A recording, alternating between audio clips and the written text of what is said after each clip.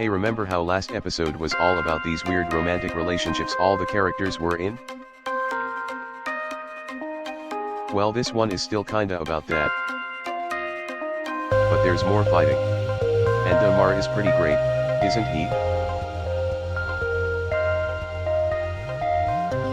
It's time for the rules of acquisition. Alright, hello everybody, and welcome to the Rules of Acquisition. I don't know why I did that. Anyways, it's a podcast where we're going through every single episode of Star Trek Deep Space Nine, the greatest serialized Star Trek, I guess. Anyways, my name is Wade Bowen, and with me, as always, is James Nolan. Hey, everybody. And Hugh Crawford. Hey. And tonight, we are talking about an episode called Strange Bedfellows. That's right. This is episode 19 of season 7. It originally aired April 21st, 1999. Winn gets unknowingly involved with Dukat, surgically altered to resemble a Bajoran, using the name Angel. Tensions further escalate between Winn and Legate Damar as the Dominion gather to sign a peace treaty with the Breen, which includes granting the Breen certain Cardassian territories. Having been held captive by the Dominion, Ezri and Worf try to escape from their Cardassian homeworld. All right, yeah, and that's what happens. This is some more. This is Deep Space Nine is spending a lot of time on the villains and their research.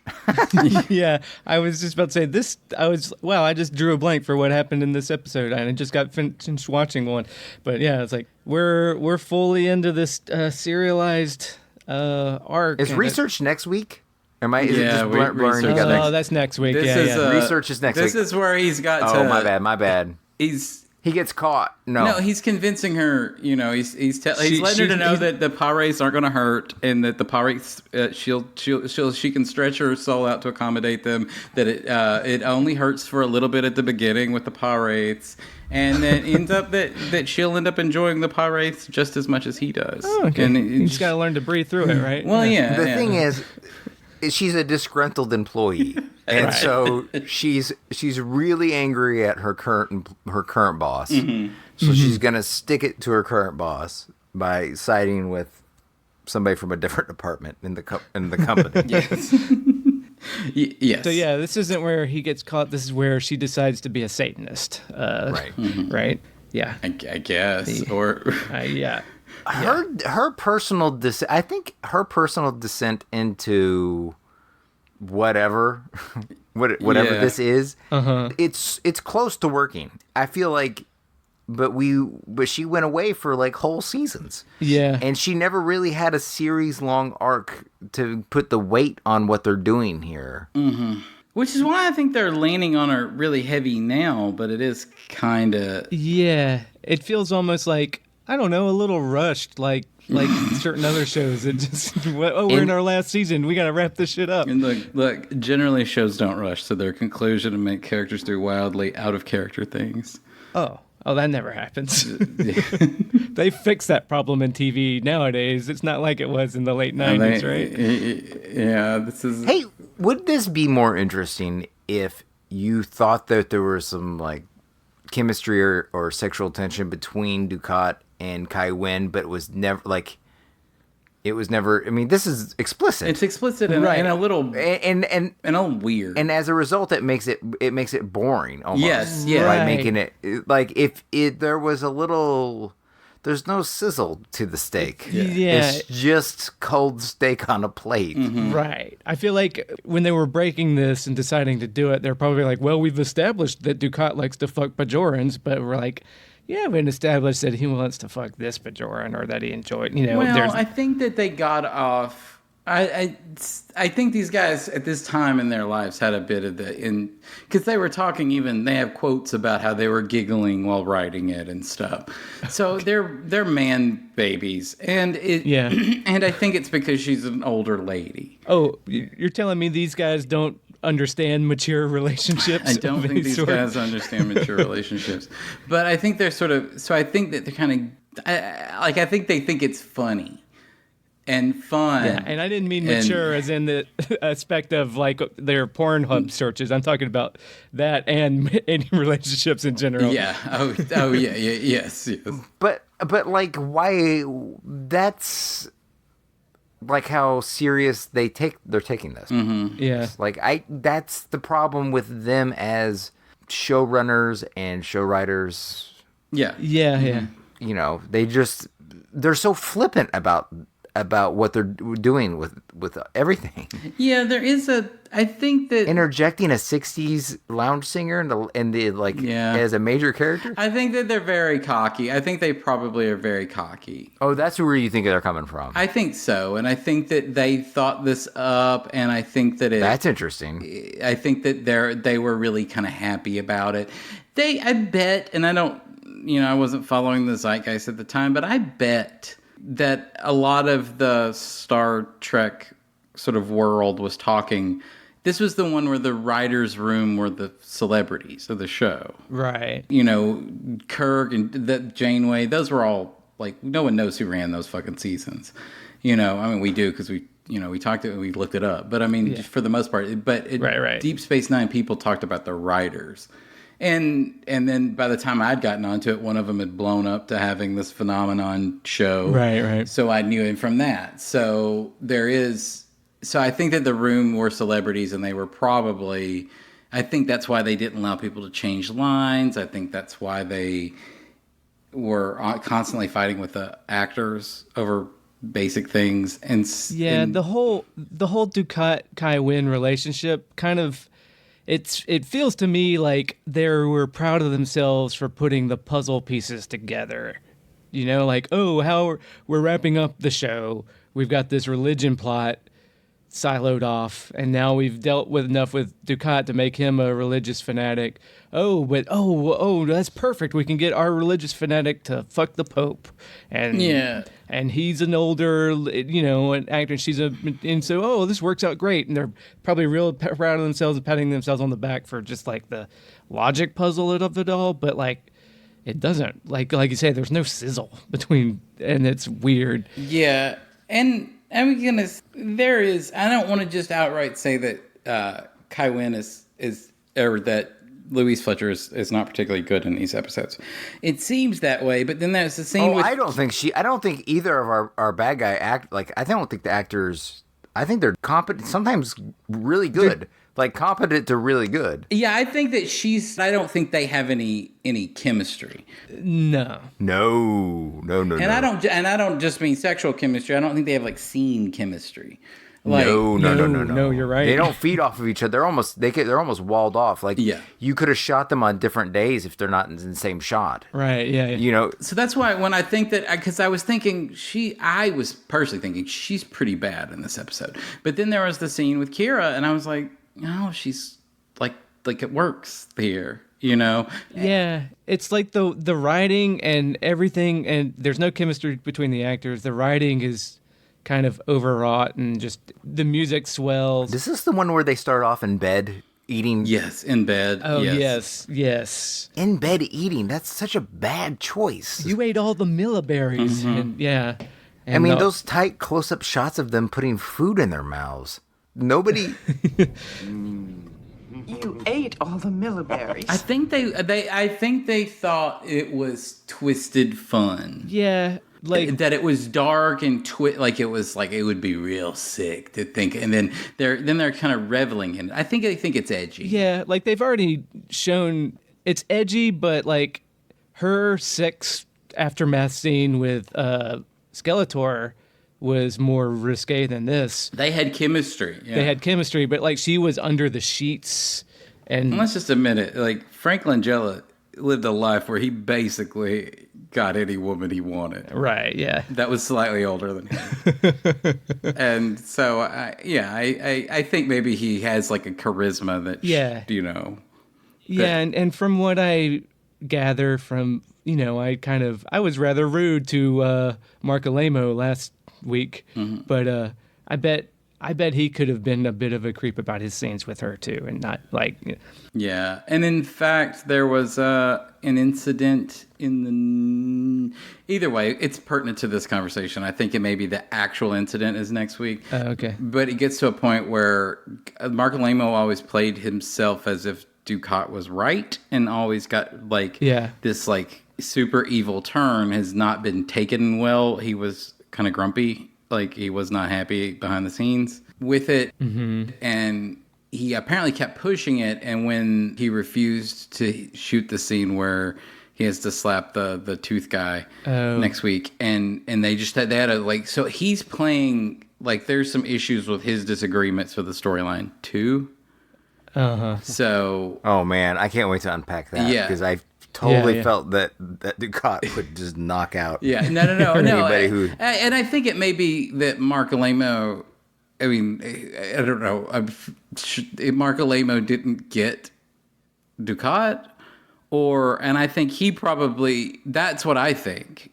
And that's what it seems to me as a viewer. But I think he probably felt like. Really, you don't think he got what made Dukat? Well, no, but I think that probably Dukat was always a force of evil and not a force. He was complicated, but at the end of the day, I don't think he was. I think, as from an acting standpoint, acting as if you're playing a bad guy as if he's right, he's like he is right, is a brilliant move. It's always going to be the right way. I think that's fine as like an actor's approach to a role, right? But I don't know if that worked. Like, he got angry about it on set. Yeah. Well, I mean, I'm sure that you'll hear stories about Emilia Clarke's and her portrayal as Daenerys in the coming months.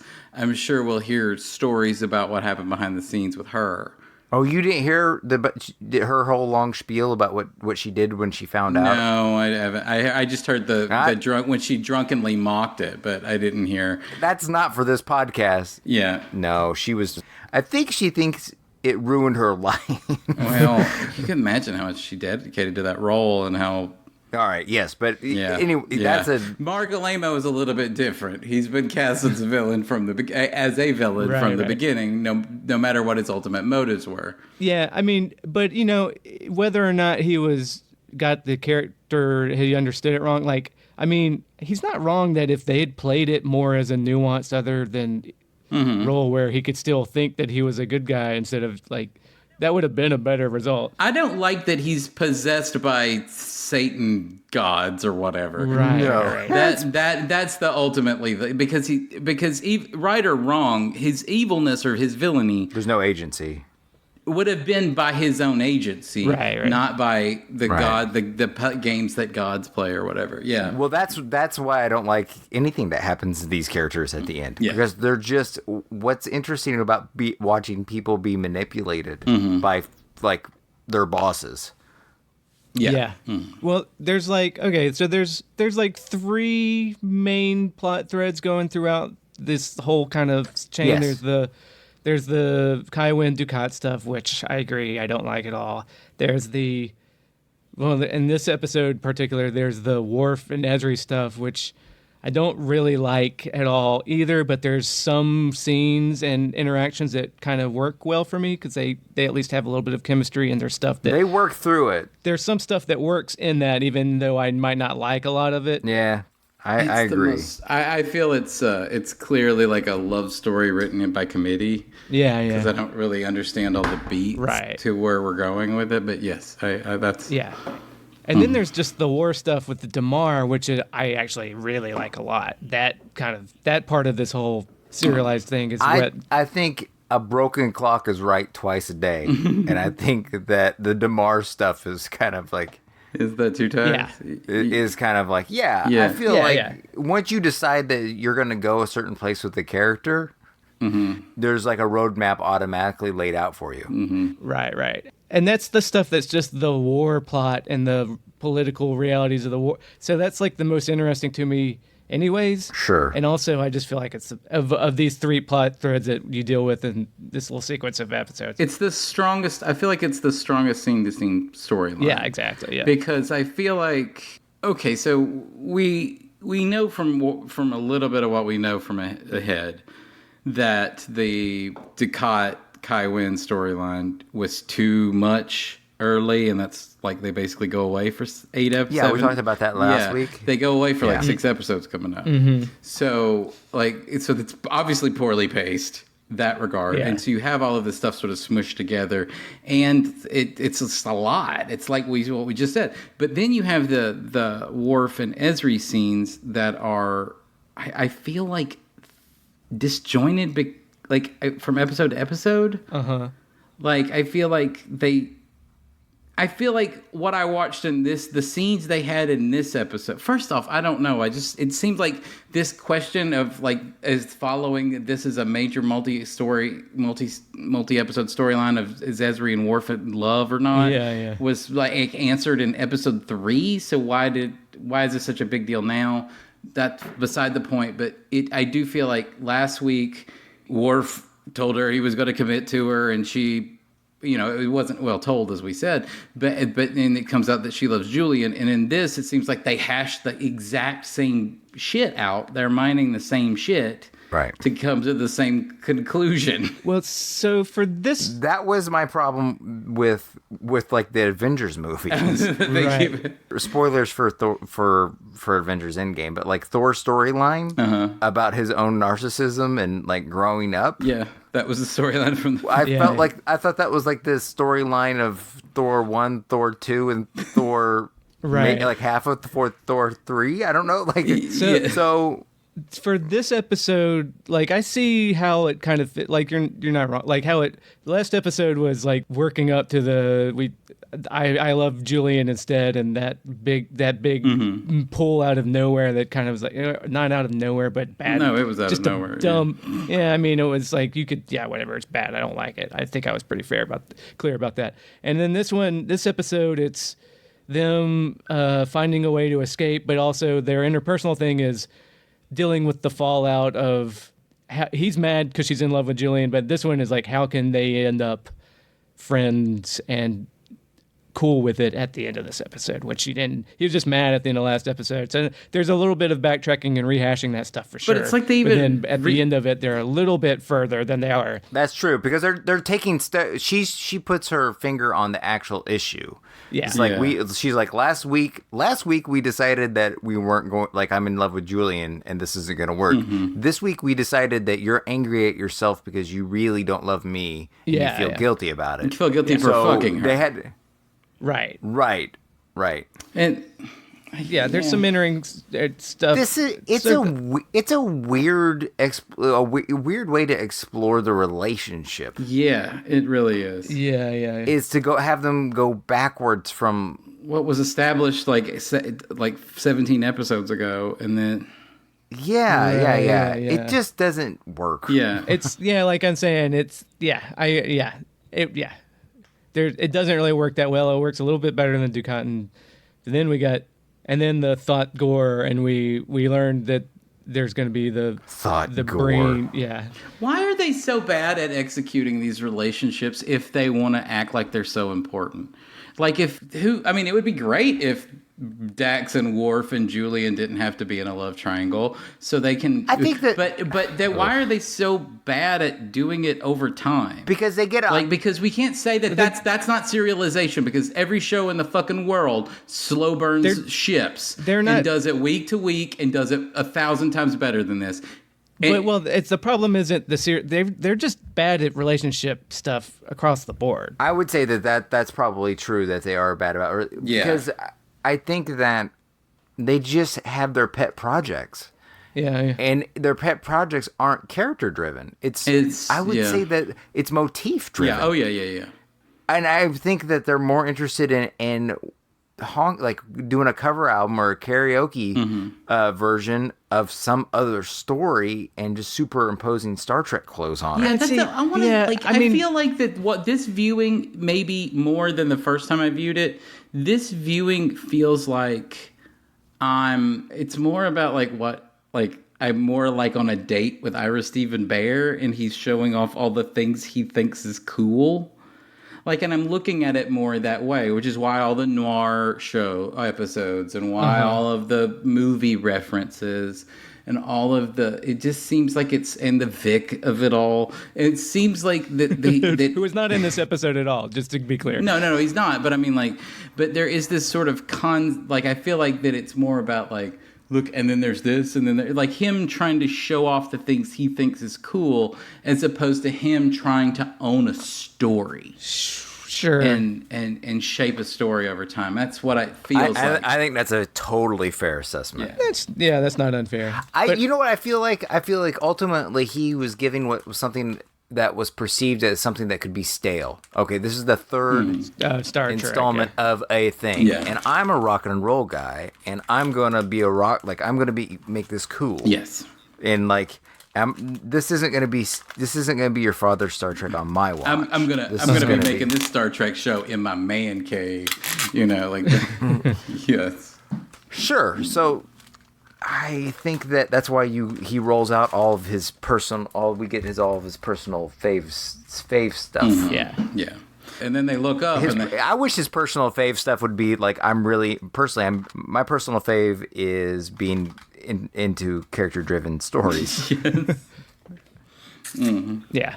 I mean, I don't know. Yeah, but Star Trek is whatever. I'm not gonna.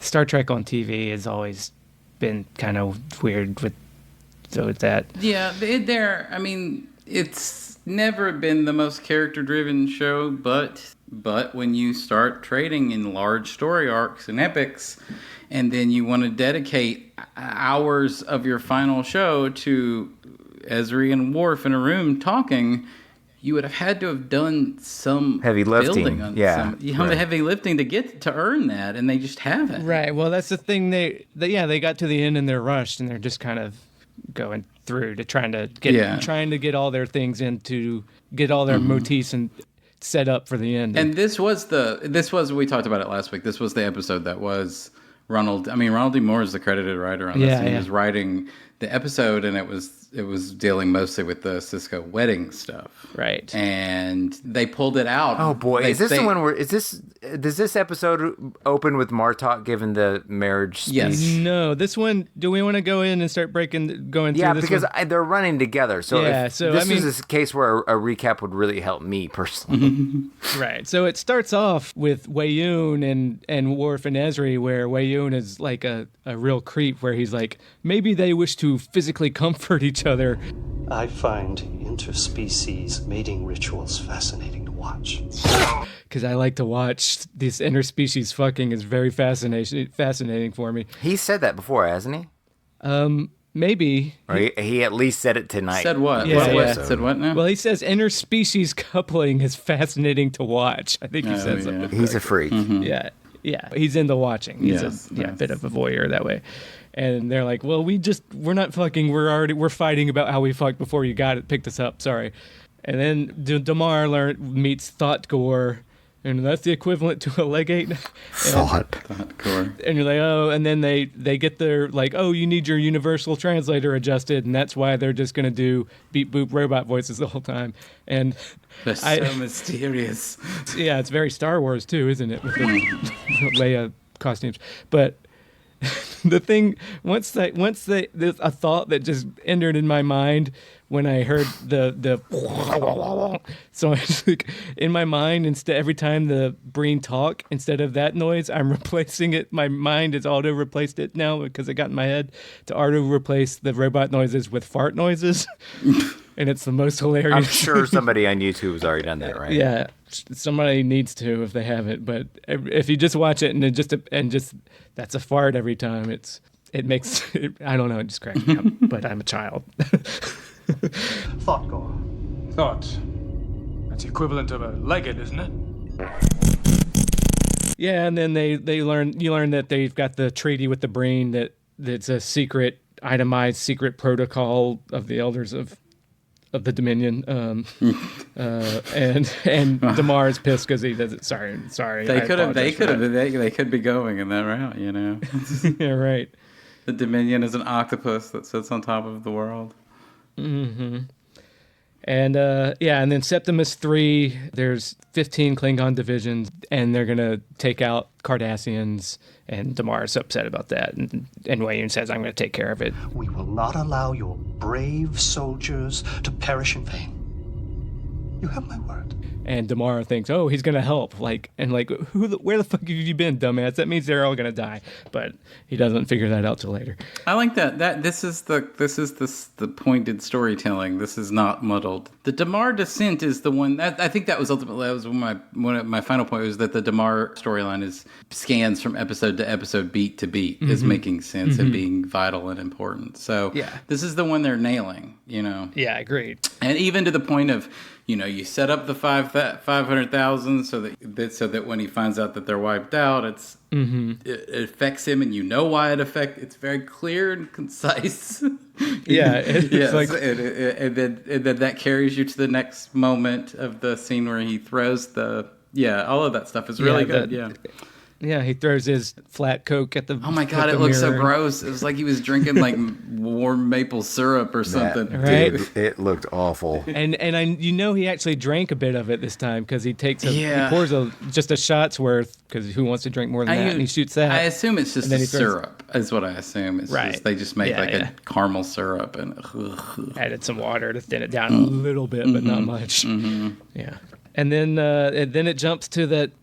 Sisko Martok, which was another groan-inducing scene where it's like, oh yes, you've gotten married. It's war at home now, so relationships are nothing but combat. And long, grueling, intoxicating war.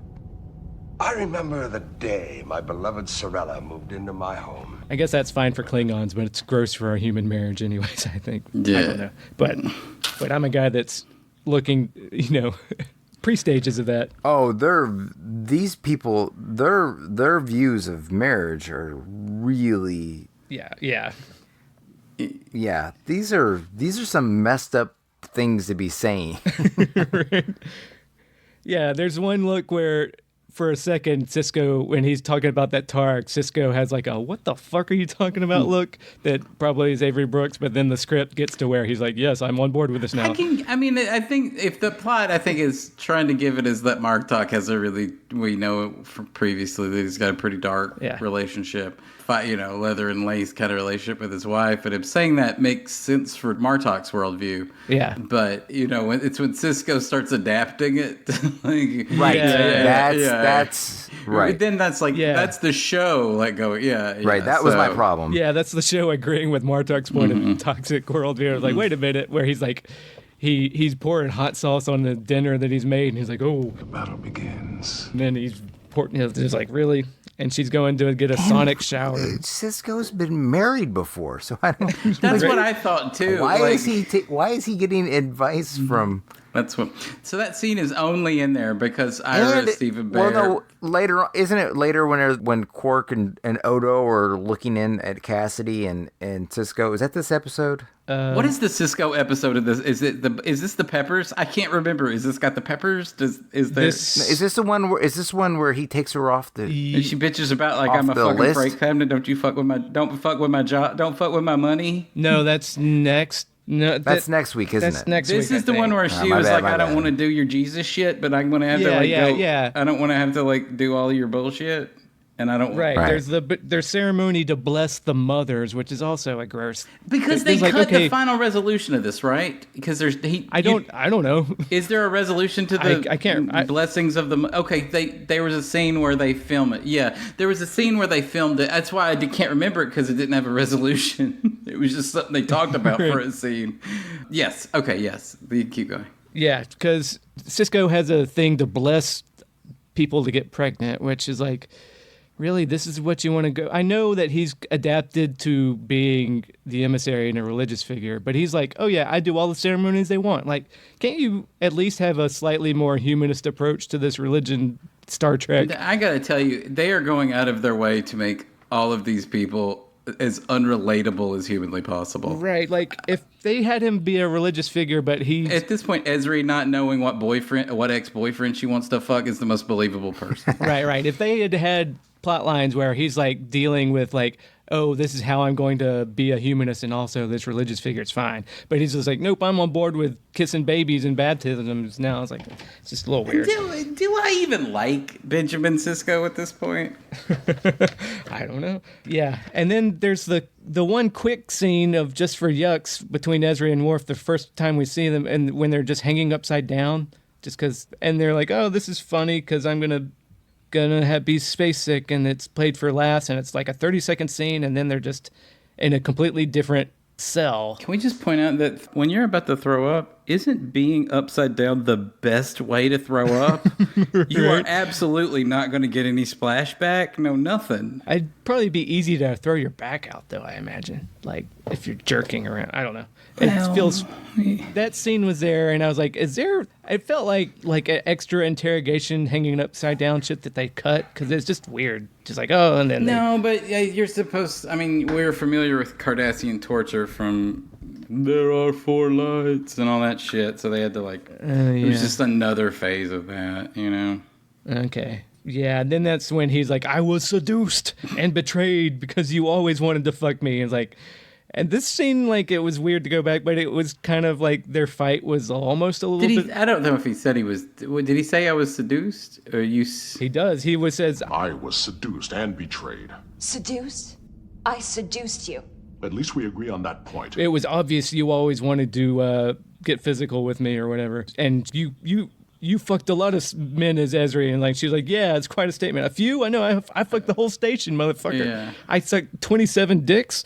You know, that's a lot of when they meant to make him like a weird, like, weirdo, religious weirdo with his dick. Like, where he was like, it's deeply spiritual. Yeah, you come from Klingons. They look like fucking is really spiritual to them. And... all of that kind of stuff. And I don't know. It's to make him look stodgy and unyielding, but it just, I don't know. That was kind of like a...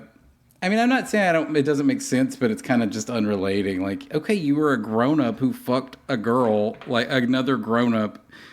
Who cares? But it's the drama over that he just wanted to fuck a girl. He was like, I don't love you. Right. I don't love you, and I don't want to spend any time with you. But at that moment, I just wanted to fuck you, and I did.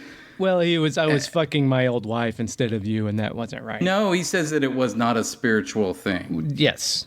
That's what he says. He says that with you. That's what embarrassed him. Yeah, he said that was not a spiritual thing. He was fucking her because he was horny. Well, a little bit of both, I think. Like he's like, because he's also. I mean, he also says, I was in love with Jadzia, and not you. You know? Yeah, and then there's a part of I know that there's a part of you that is Jadzia. But I knew that I wasn't fucking Jadzia, and I just wanted to get my dick wet. Yes. That's what. And she was. I thought like she was fine with that too. Yeah. And so I feel like that they're arguing over like having a hookup, and is that maybe that was compelling drama in '97, but it's just not now. I mean, I get that. Like it in the '90s for like closeted Protestant Star Trek fans that weren't getting laid at the time. Oh shit, am I talking about myself again? It was like oh, people are weird about sex, and him being weird about sex makes sense. This is weird to watch two grown-ups talk about it's wrong that we fucked. I don't know. Well, yeah. Yeah, well, they're coming from different cultural places, I guess. Exactly. Yeah, I guess. And I feel like that's the, if you... And he actually says that in this. It makes no... He does, and that's good. But it just, I don't know. And it's right, but it seems weird to me that... I get that Worf is severe and controlled, but it gets weird to me that whatever religion he subscribes to because he's either Earth, which is humanist, or Klingon, which is, whatever Klingons are, but they don't seem to they don't seem to be put a focus on monogamy, do they? Worf has always been a weird, and unlike every other Klingon in his weird repression, though. Yeah, it's some weird sort of warrior monk ethic, I guess. Right. But I don't know. And when you put too much of a light on it, it starts being like, if that whole like emotional thing has to hinge on it, you're just kind of like, I mean, I get it. I'm not saying it's not reading as emotion, but it's just not relatable. It's just another thing that's not relatable in this episode. Yeah. Yeah, and it's more relatable to some than others, but it doesn't really work the best. Yeah. Because then after they have that fight, then Damar comes in with some, and Winn comes in, and where he's just like, because he's like, we need more info from their interrogations from the brain scans. Didn't tell us everything, and hey, you can either cooperate and be nice, like I'm a nice guy. You didn't want to tell me everything, right? Or we can give you to the Cardassians. But do you really want to die because we read your brain enough to know that you want to fuck Julian? And that sets Worf off to snap Wynn's neck real fast. That was fun. Yeah. Anyways, Worf's weird jealousy for Julian. What was more fun with that was how Damar took it. That was the best. Yes. That was fine. That He's was like, wait, no, this is hilarious. And he's chuckling. Yeah. Yeah. That was fun stuff. Yeah. Overconfidence. The hallmark of the Williams. And then it goes back to this Kai Winn and Dukat thing where he's like, I want to know all about you. Who are you? And he's like, oh shit, she found me out. It's like, no, I just want to know about the man who shares my bed.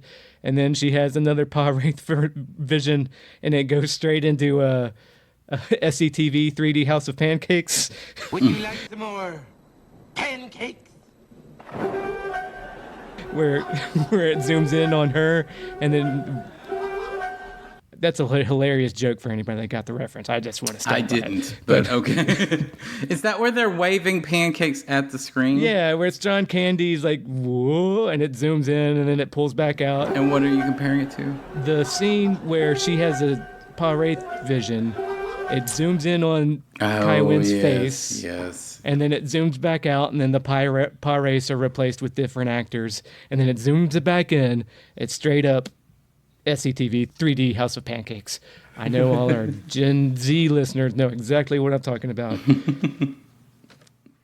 Fuck off. I'm very happy. And I'm trying to think. There was do you know that Schmitt's Creek show on Netflix? Yes. It's Schitt's Creek. Schitt's Creek. No, that's what I'm helping our Gen Z, the Zoomers. Oh, I'm yes, helping yeah. our Zoomer audience know what SCTV was. Yeah, it's where the old people from that show got started. John Candy was kind of like the Chris Farley before Chris Farley. Oh, do you remember Chris Farley? I don't know. They don't remember that Shit. either. Never mind. Do you know Bobby Moynihan? Yeah, right. But this is not the episode that has the Cardassian that looks like Bobby Moynihan. That's next week, right? That's next week. Okay. Yeah. And then they're like, feel our love, and they've got like a glowing pair of earrings or something from a weird Cronenberg movie. It's hard to see because this is SD and it's bad effects or whatever. And she's like, oh shit. That reveal that we figured out last week, where it's not the prophets, it's the paw race. She finally figures that out, and she has a meltdown, and Dukat's got to talk her out of it, or whatever. And she kicks him out, and she's like, "I need to get Zombie in here immediately. Get me the orb."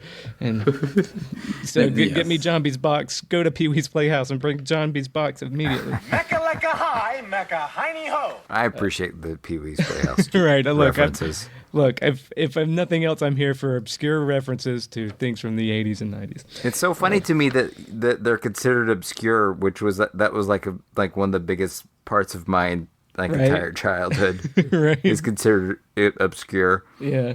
And then Happy Dukat walks down the hallway and then it cuts to Happy Damar. Wait a minute, real quick, James, you were never into Pee Wee's Playhouse, were you? Yeah, I was. Yeah. Oh, okay. Yeah, I was a Pee Wee head. Yeah. Okay. Who among us wasn't? I don't know. I don't know. Who am I thinking of? Not me. From one of your other podcasts. I guess. I was even a fan of I'll have to ask Johnny and Lane on our Babylon 5 podcast. I was even a fan of the non-kid ones. Johnny and Lane. That's funny. Yeah. The HBO stage show ones. Mm-hmm. Oh, I went to see the Broadway revival. So those are fun. Yeah, with Charlie's mom from It's Always Sunny in Philadelphia as the most beautiful woman in the world. Is that the new Miss Yvonne? Miss Yvonne, yeah. Yes. Yeah. Mm-hmm. Anyways, back to this 90s thing. Yes, my bad. No, that was my fault for rambling about 3D House of Pancakes for 10 minutes. Yeah, and then Damar has to go all the way through for Thot Gor through everything, and he's very unhappy when he was happy seconds before drinking away in 7 being dead. And then the Orb of Zombie, Mechaleka, no, because the prophets don't talk to her at all, so she's like, all right, and then he talks her down, basically. You want power, stop pretending that you're something you're not, fuck the prophets, and yeah. And then so she gets she has to call Kira in the middle of the night with a, you up, I need to talk about this. And I do like that there is a little bit of Dukat has he's been paying attention to the politics of Bajor for a long time. Mm-hmm. So he has people's number. He really has, that he has got Kai Winn's number, probably just from being, he reads the Bajor Times or whatever and the Bajor Huffington Post and, probably, follows all of the whatevers. He listens to all the podcasts about the politics. And so he knows her well. He's got into, he's been following her for 15 years. And so he knows this idea of just fuck. God damn it, woman, you're just a power-hungry bitch. Just be that. Stop being something. And I think that's a clever... Lean into it. Yeah, lean in. Why are you fighting this? And I think that's a very smart play. It comes off as a smart play, so... Yeah, and they don't... And, honestly, they don't rush so much her, no, fuck, I can't be for the power race, and she kicks him out, and she has to think about it. And then she's, going to talk to Kira at 3 a.m. or whatever, and Kira's like... Oh, whoa. And she's sincere about you know what? I'm gonna do whatever I need to do to get back on the Pare's good side. And Kira's like, well, that's great. Since you've just admitted that your whole religious life is a sham, you should quit being Kai, and then everything will start, getting better for you. Yeah. And she's like, wait a minute. Wait, no, that's not. Bajor needs me. You don't understand what I'm saying, lady. No. No, I ain't trying to give up shit. I just want to sleep. Just tell me how to feel better. Oh. Right. And then in her own mind's no, I have power, and once I get good on the right side again, I can use that to do the good things that I'm gonna be great at. And she's like, no, that's not how it works. It's all about kind of humility or something. And she's like, fuck that. Yeah. So I mean, yeah, that kind of almost as much as I dislike it is, it's a little bit like Game of Thrones where Daenerys is no, John, I'll do anything for you, anything you want from me. Oh, you're king? What no, what? Well, yeah. What? No, that's what she was I ain't quitting shit. Right, yeah. And then we learn how funny Thot Gor is, and they're talking about there's a colony in the Unroth system with the Romulans are weak on the Romulan border, and they forced the Klingons to commit worthwhile, valuable troops and resources to capture a strategically worthless planet. I'm glad you agree. And that's where Damar learns that there's 500,000, 500,000 loyal Cardassians died, and it's well, if they died willingly, then they're good, and so that's when he throws his syrupy thing at the mirror, and so we talked about that already. And then Ezri and Worf are about to go die, and she's all emo about being the last Dax, which is, fair enough. She's gonna die at 1400 hours. So, and then they're still fighting, and she's like, "Fuck you with your self-righteous, bitching about, you're just like a Targ." It's like calling somebody a bitch, right?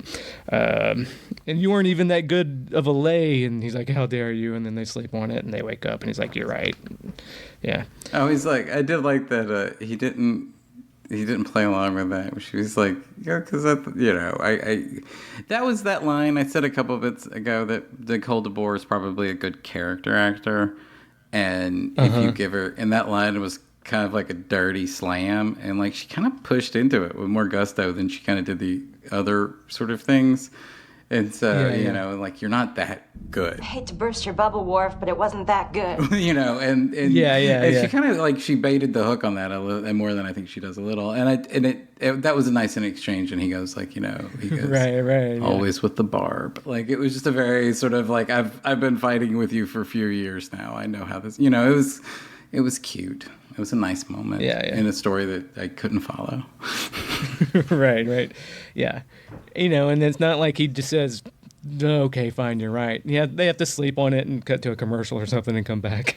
And in the morning, it's like, all right, fine, I've had time to think about it, and you're right. The whole, I know you're not Bridgetzi, and I just, it was... Why does this warrant this much time? I don't know. I feel like I'm as invested in Worf as probably any casual viewer could be expected to be. And I'm just like, I don't care about any of this. Yeah. Why? Like, if it was going on in the background, but it's like, you guys got a lot of fishes to fry here. Like, right? We haven't even seen Odo for like 100 years. Right, I don't even know. Like, yeah. Is he on vacation or something? Yeah, they're trying to tie up all their loose ends. They've decided for some reason Ezri's worth is all about who she hooks up with at the end of the season. No fucking idea what to do with that. Yeah. And then so it's great. It's not good because Odo barely shows up other than I don't even know what he does in this episode. Where's Quark? Where's Rom? This is the last 10 episodes on a one big story arc thing. Like, all right. Well, they told Ira he couldn't do as much Ferengi stuff, so he's like, well, I don't know what to do if I'm not doing dumb Ferengi shenanigans with him. I guess so. He got one episode of that this season, and what's he supposed to do? This stuff, the romance, I mean, especially now that 2 storylines are essentially romance storylines that we're following in this little 4-episode-ish sort of wave. Yeah. It's a very romance heavy. Yeah, it's just you're at the end of the day, you're just like, what? Why are you focusing on all of this like this? But Yeah. It's this character stuff is like what they say is the most important to him, but they're also just not very good at it with these relationships in particular, like romantically. Yeah. Do you guys have any final thoughts, or before we get into the IMDb rating? We're just about at the end of it, where and then they're about to die, and they're finally like, we can be friends now? It's like, more than friends. With benefits? No, we tried that, and it fucked up, but whatever. Then they're going to go be executed, and Damar kills the 2 Jem'Hadar and sends them up to a loading bay in 3A 2 levels up and sends them on their way home. And so we know they're going to get back home next episode. And then also, the very end of this, the chapter hook to get you on next time is just Kai Winn saying to Dukat, it's like, all right, fine. Rubbing her hands together like a big evil villain and saying, oh, the people will be swept away like dead leaves before an angry wind. And that's a big evil laugh. And that's how they end. Probably the weakest hook. She just really wanted that dick. Right? Yeah. It's the weakest cliffhanger of this so far. It's a dick worth worshiping the devil for. Yeah. I also I didn't resent the prophets as a character on the show because I thought, that's clever. Uh-huh. I'm starting to resent the paw wraiths because they seem to be just dumb evil. Yeah. Like that's something that Star Trek should be beyond. Right. So, because, as a person who's detached from all of this and knows that the prophets are just aliens in a wormhole, and you tell me that there's other aliens, I just assume, whatever. I don't know. Like, why are they intrinsically evil? They just have goals over the other one. But I don't think I'm supposed to question the evilness of the paw wraiths. Right. And that's pretty beneath this show. Right. And it's not even till next episode where they give you a reason that the paw wraiths might be extra evil. Like right now, they just want to get back to their celestial temple and be there for the restoration. What's so wrong with that? Like, okay. And then next episode, they'll sprinkle a little bit more details that'll explain. Like, no, but seriously, guys, they're really bad. It's like, okay. Yeah. But yeah, that's the end of this episode. So. Yeah. All right. You guys want to guess what the people of IMDb think of this? All right. Can I ask what last week was? I know it was up. It was like a 7.6. It was 7.6. And the first one was a 7.2? 5. I'll say 7.2. I was going to go 7.3. I was going real low before, and I was like, I should bump up to the 7s, I guess. But, man, I hope both of you guys are sitting down. It's an 8.0. What? 8.0. Okay. People are like, it got ratcheted up and people are digging it. Yeah. Probably, I would have to say it's probably the Damar stuff. Yeah. Because the Damar stuff does actually work. It's pretty good. It's concise storytelling, and you can understand why they're doing it. Yes, and you like it, and it seems like it's like what I keep saying. It seems like that's what that story of the dude who's having a change of heart and has to do with and then has to get like become a secret agent or something like that. Like they do that stuff pretty good.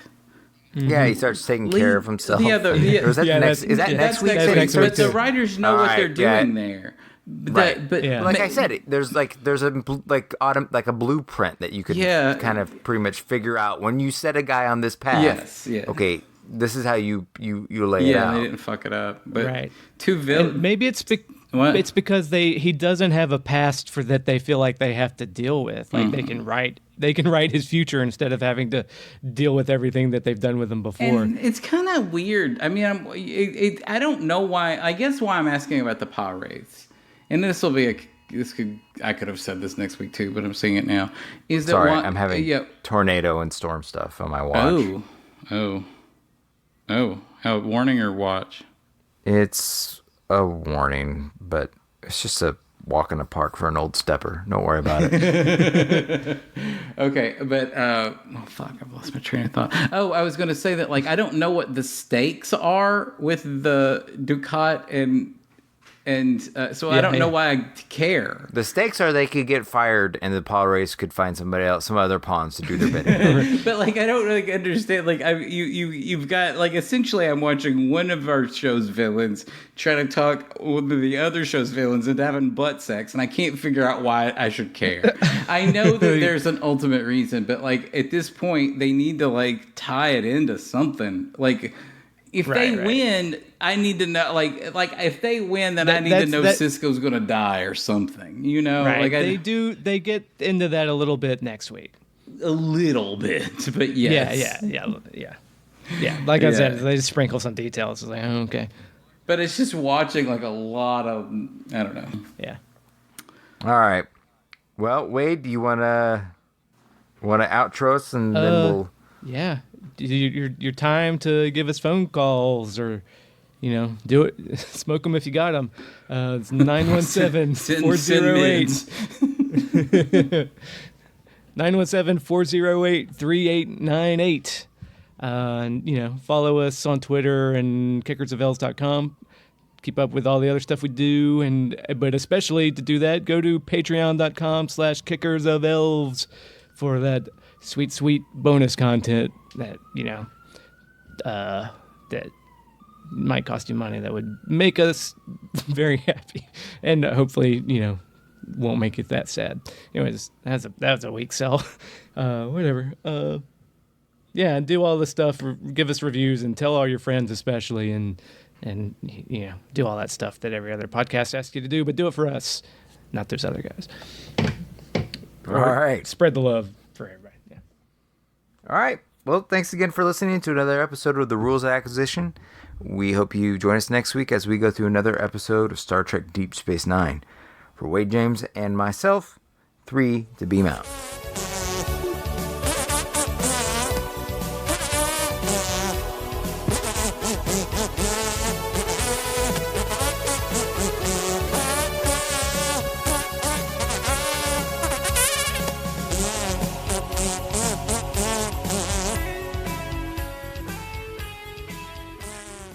Seriously. Think about going to patreon.com/kickersofelves and becoming a patron. There's some new stuff on there, I promise. Recently, a look back on 3 years of podcasting. Salacious details. Sex. Violence. Well, maybe not the violence, but could be worth checking out even if you are some sick person who needs violence in their lives. But don't bring that shit to the group, man.